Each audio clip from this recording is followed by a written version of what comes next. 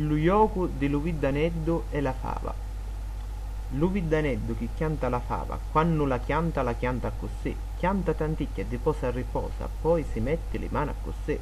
Luviddaneddu chi scippa la fava, quando la scippa così, scippa tanticchia e riposa a riposa, poi si mette le mani così, e la chianta così e la scippa così.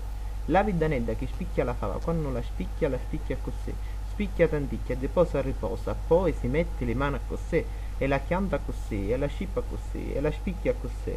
Luviddaneddu chi coce la fava, quando la coce così, coce tanticchia e riposa a riposa, poi si mette le mani così, e la chianta così, e la scippa così, e la spicchia così, e la coce così.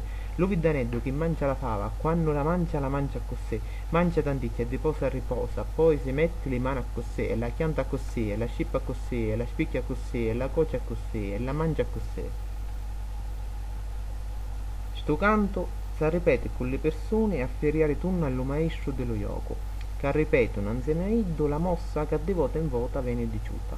Con l'avanzare dello gioco, lo maestro allestisce le parole, per mettere in difficoltà i partecipanti, che lo mentre hanno a fare le mosse. Le giocatori che sbagliano pagano pigno.